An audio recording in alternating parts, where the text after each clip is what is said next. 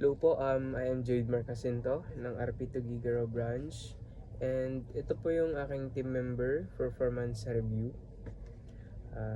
Bale, 10.5 months na po ako rito. Bali dito po sa aking attendance summary, ang pinakamataas kong late ay wala naman po. Sa undertime dito sa July 1 is meron pong isa, and unauthorized absent is wala po. Bali sa sales ko naman po, ang highest sales ko ay noong July 2025 with transaction count of 87. Tapos sa bulk order ko last month is meron po akong isa, the total of 10,690.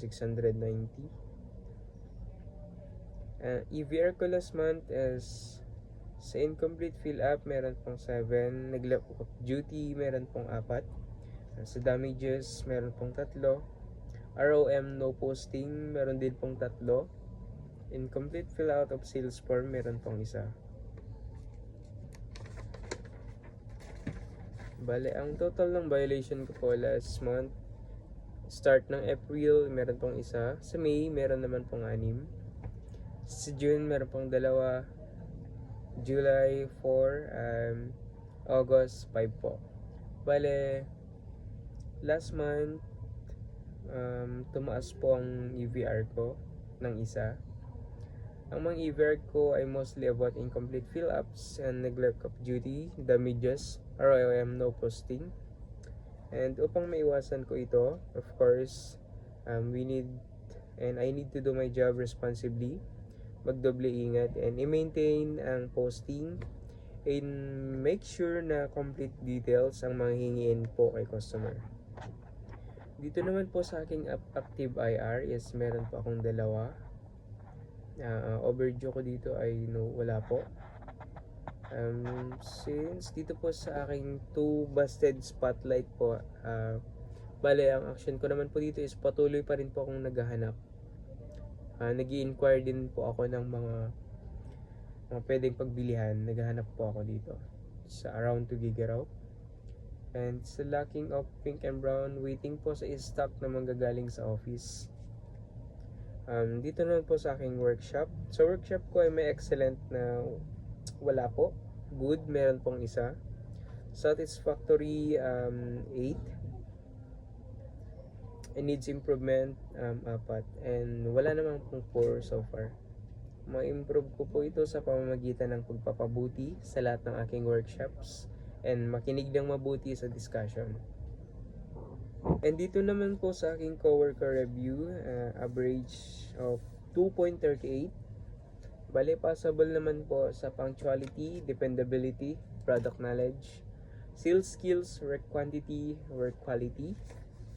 And dito naman po sa may communication is possible din po. Solution oriented, possible din. Flexibility and team player. Sa coworker review ko ay may average na po 2.38 po. 3 good, 7 na possible, 4 wala po. May improve ko sa pamamagitan ng pagpapabuti at pagsisipag sa lahat ng gawain. So sa may positive po na may check, masaya kasama, maayos sa workspace, disiplinado, matyaga, problem solver, focus sa trabaho, perseguido, masinop, masipag. Sa negative naman po is sometimes mahirap pagsabihan, distracted, lacking energy, hindi attentive, and walang initiative. Positive comment sa akin ay meron pong 9, and sa negative naman po is meron pong 5. And sa other comments po sa akin is ugaliing tumingin sa price list kung may hindi sigurado. Kung hindi ka sigurado, lalo na sa mga basic items, gumamit ng proper saved reply, mag-focus lang sa ginagawa at alamin din ang ibang product at price, matutong tumingin sa price list. Magkusala lalo na pag madaming customer, makinig sa OIC minsan. Maasahan din pag may pinapaprint kami at pinapa-edit. And syempre, be attentive, paki-improve ang sales. Ang general comment sa akin is dapat may initiative po, and of course, learn to be independent. Self-awareness ko naman po is ang dapat kong i-improve ay ang aking sales, wag lang editing and printing. So far natuwa naman po ako sa mga nabanggit sa akin. Gusto ko pa po ng more progress and gusto ko pa po na ma-improve yung performance ko sa aking trabaho. Yun lamang po. Salamat po.